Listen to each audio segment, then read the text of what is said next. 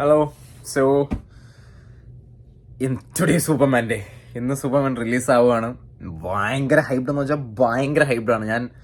എനിക്കൊന്ന് കഴിഞ്ഞ ഒരു 2-3 മാസമായിട്ട് ഇത് തന്നെയാണ്. സൂപ്പർമാൻ്റെ ഇൻ്റർവ്യൂസ്, സൂപ്പർമാൻ്റെ പാട്ട്, സൂപ്പർമാൻ്റെ സോങ്, സൂപ്പർമാൻ്റെ റീൽസ്, സൂപ്പർമാൻ്റെ ഷോർട്സ്, എല്ലാം. ജെയിംസ് ഗൺ, ഡേവിഡ് കോറൻസ്വെറ്റ്, ഇവരുടെയൊക്കെ ഇൻ്റർവ്യൂ കണ്ട് ഇപ്പോൾ ഫുൾ മൂഡ്. എനിക്കൊന്ന് സ്പൈഡർമാൻ നോ വേ ഹോം കഴിഞ്ഞിട്ട് ഞാൻ ഏറ്റവും ഹൈപ്ഡ് ആയിട്ടുള്ള മൂവി ഡെഫിനറ്റ്ലി സൂപ്പർമാനാണ്.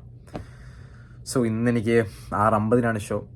First show 6:50. അത് ഞാൻ പിന്നെ രണ്ടാമത് ബുക്ക് ചെയ്തിട്ടുണ്ട് 10 മണിക്ക്. സോ 6:50 കഴിഞ്ഞിട്ട് പിന്നെ എൻ്റെ 2 ഫ്രണ്ട്സ് വരും. അവരോട് 10 മണിക്ക് അടുത്ത ഷോ ഉണ്ട്. Pretty excited.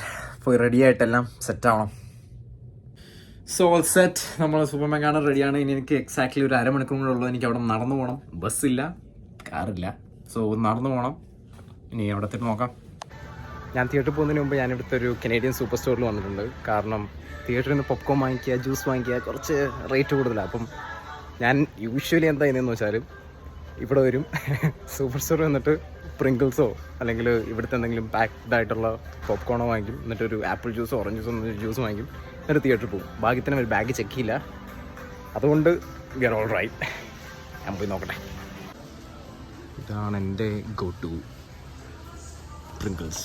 ആപ്പിൾ ജ്യൂസ് വാങ്ങിക്കാം. അങ്ങനെ നമ്മളവിടെ എത്തിയിരിക്കുകയാണ്. ഇനി മൂവി കാണാനുള്ള മൂഡാണ്. തിയേറ്ററിൽ അത്യാവശ്യം ആളുണ്ടല്ലോ.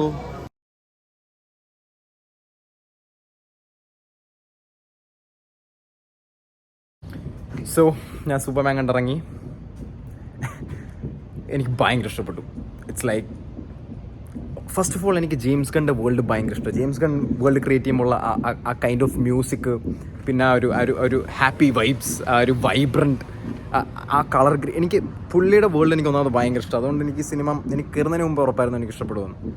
പിന്നെ ഡേവിഡ് കോറൻസ്വെറ്റ് ഗ്രേറ്റ്, ആബ്സല്യൂട്ട്ലി ബ്രില്യൻറ്റ്. എനിക്ക് അവൻ്റെ ആക്ടിങ്, എനിക്ക് കോസ്റ്റ്യൂം ഭയങ്കര ഇഷ്ടം. എനിക്ക് ഭയങ്കര റിലേറ്റബിൾ ആയിട്ട് തോന്നി കോസ്റ്റ്യൂം. എനിക്ക് ഓക്കെ, ഹെൻറി കാവിലിൻ്റെ കോസ്റ്റ്യൂം ഭയങ്കര ഒരു ഗോട്ട് ടിയർ സാധനമായിരുന്നു. പക്ഷേ ഈ കോസ്റ്റ്യൂം എനിക്ക് ഭയങ്കര റിലേറ്റബിൾ ആയിട്ട് തോന്നി. And is he better than Henry കാവിൽ? അതായിരിക്കും മിക്കവരും ചോദിക്കുന്നതും മിക്കവരുടെ മെയിൻ ഒരു ചോദ്യം. രണ്ട് രീതിയാണ്.